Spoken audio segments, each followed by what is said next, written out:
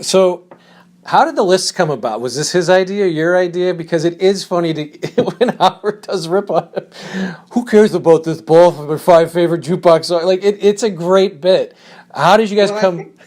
I look, Gary is really into music. It's a thing for him, and he takes a lot of pride in knowing a lot about music from that era, knowing the A side and the B side, and knowing everything about the liner notes. And it was important to him.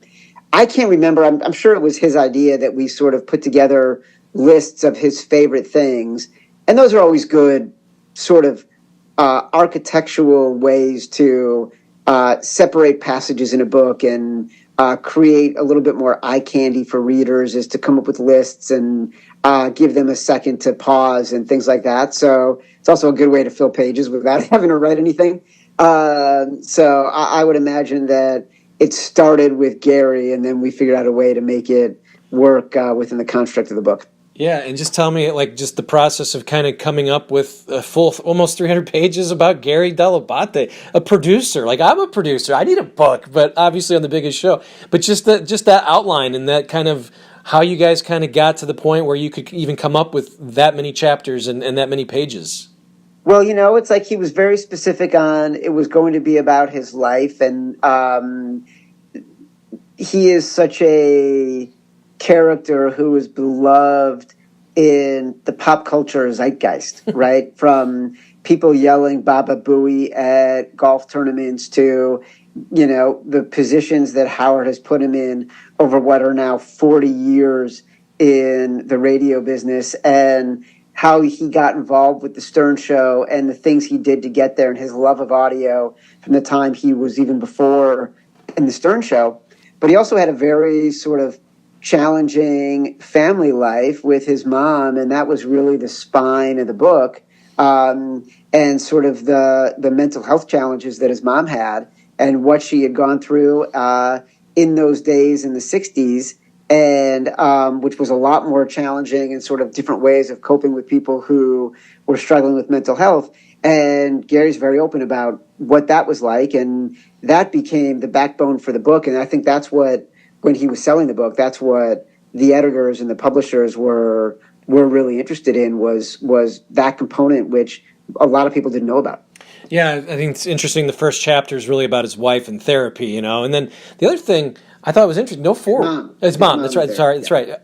No forward. Right? It was in the. I'm assuming he wanted. Was there a forward, or was I missing a forward? Most books have a forward, right? And I didn't see. Most books do. I can't remember if there was a forward or not. I don't know if Howard wrote the forward or if there was a forward. I just can't. It's been a long time, so I can't remember. I know we're talking about a book you wrote 12 years ago. I'm sorry about this, but I'm intrigued. What did you get from him? Just because he is kind of this punching bag. Did you get the sense that he loves this role and look at his life. He's got a giant house. Oh yeah, he's got an incredible life. I think he's incredibly grateful. I think he knows at the end he's appreciated. Look, he's been running the show as the producer since 1985. So it's not like he hasn't been given the rewards for doing what he's done. Howard is clearly a exacting guy who's very demanding. And if it was torture, I'm sure Gary wouldn't have done it for all these years. And I'm sure if he wasn't good at his job, Howard would have let him go by now. But Gary's good at his job, and he's really conscientious, and he's willing to do anything, and he's not afraid to do something that might embarrass him if it's in the name of good content. And I think that comes across to viewers over the past 40 years, that they know exactly who he is. He is exactly the guy that is on the radio. He is authentic. He's super kind. He's warm. His ego isn't wrapped up in being ripped on by Howard or being asked to do stupid things. He's incredibly hardworking. He is exactly the guy he is on the show. Not once did I ever get any attitude or ego from Gary dell'Abate at all. And you said you weren't a fan. Do you have any favorite moments of his now after hearing him tell the story? I mean, people can go back with his stools and his teeth and the pitch. I mean, tell me about the pitch. He has to hate the pitch, right?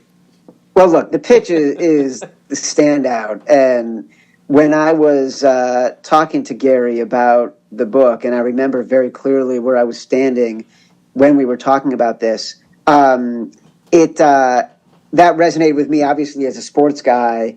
And he's such a massive sports fan and a massive Mets fan.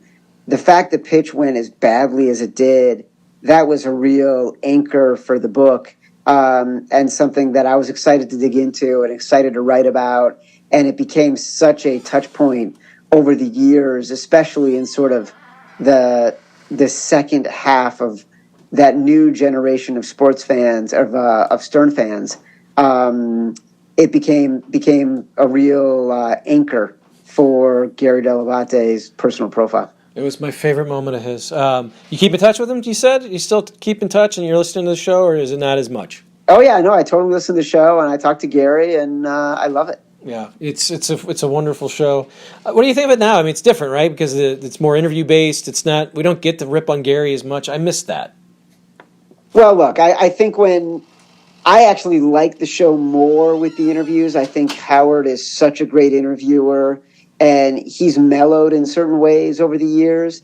And so I listen to it because I think the interviews are fantastic. And I'm listening to it whether I'm in my car or on the Sirius app and I'm walking my dog, because I think the interviews are so fantastic. And people are willing to open up to Howard and tell him things that they wouldn't tell other people. But I do love it when I'm in my car and there is a segment where Gary is just getting hammered. It's always too funny. Do you text him and say, "Good one, both"? Yeah, I will. I'll text him when I hear really good things or they're doing something really funny about the book, and I for sure will. I was listening to your podcast. You can hear him on Colin Cowherd. This guy's a big deal, folks. He talks a lot of sports gambling. I enjoy taking a look at some of the spreads and seeing what's going on. But just tell me a little bit about your time at the Action Network, and definitely a place to go if you need some information and you're not sure on your plays for the day. You go over there and you got some experts.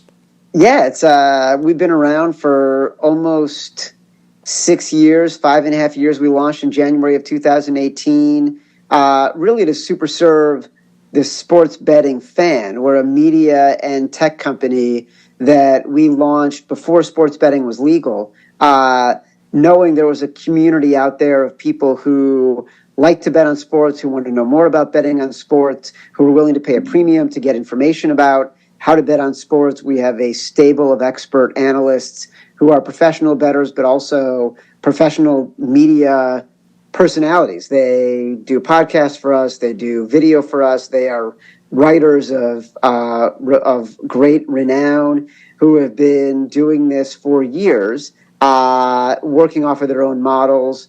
And, I had been at ESPN for almost 20 years and in various executive positions, and but also loved sports betting. And it was sort of my side hustle there as a forward-facing talent, for lack of a better term, doing it for TV and podcasting and writing, and wanted ESPN to go deeper into the space, and they didn't want to go that direction. And so I had the opportunity to leave ESPN and join a venture-backed firm called the Chernin Group that wanted to launch this media business. And so we started it together in 2018. And look, it's been a great ride. About 4 months after we started, sports betting became legal, and we happened to be in the right place at the right time, and the business has exploded since then. It was either that or get into dispensary work for me. I did neither. It was such a bad idea. But no, I mean, what a smart move. Well, look, you got a podcast, and so there you go. Nothing. I love that you mentioned side hustle, because that's sort of my other brand, too, is kind of talking to people about side hustles. Tell me how you think of sports gambling as a side hustle, because well, tell me just that, because I have a million thoughts on this. There's been times where I'm like, why don't I just do that? What if I really work really hard and think about this stuff, why don't I do that? But then you read 53% are winners, maybe. Yeah. Tell me about side hustles and sports gambling. Yeah, I would never recommend sports betting as a professional endeavor. To me, it is something that people should do with income they are comfortable disposing of. You shouldn't be doing it if you're going paycheck to paycheck. You shouldn't be doing it if you think you've got some kind of addiction issues. It's supposed to be a fun thing that you want to bet on the Cardinals run line. You want to bet on the Cardinals to win a game. You want to bet on the Blues to win the Stanley Cup. Those are the kind of things that you want to have a little bit of fun with it, a little bit of a sweat. It's meant to entertain you during a game.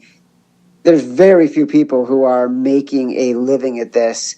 I got into it because when I was at ESPN, the magazine, when it launched in 1998, I wrote a book about guys who bet on sports for a living.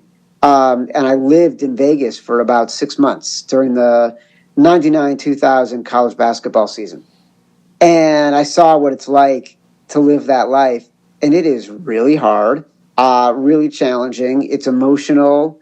And there's very little stability. So I would recommend you go to the Action Network, you read our stuff, you put a couple bucks on a game that you think is interesting, but do not make it a full-time side hustle, for lack of a better term. Yeah. I have this term I like, or this phrase I always use. I hate to lose money more than I like to win it. So winning $200 is nice.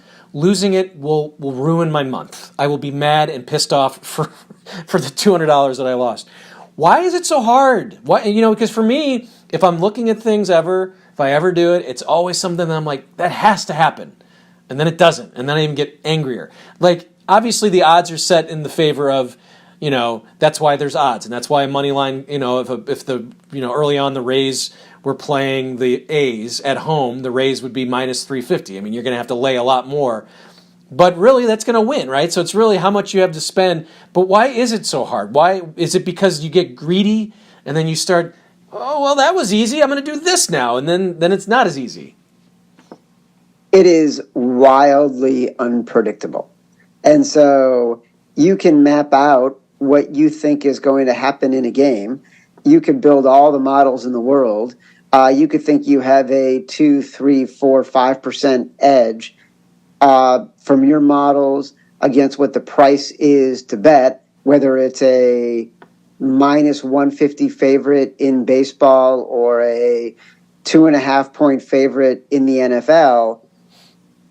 So much stuff that is of incredible variance happens in a game that you can't predict. Your starting pitcher gets hit on the hand with a line drive. He develops a blister. Your starting quarterback gets out, is knocked out in the first quarter, or he throws 2 picks early that aren't his fault and it changes the script for the game. There's a lot of unpredictability. Very few of these games play out as you expect them to, as the odds makers expect them to, as the experts expect them to. So you can't control and you have no impact. But that's also what makes it a little bit more interesting to do than just watching the game without any action.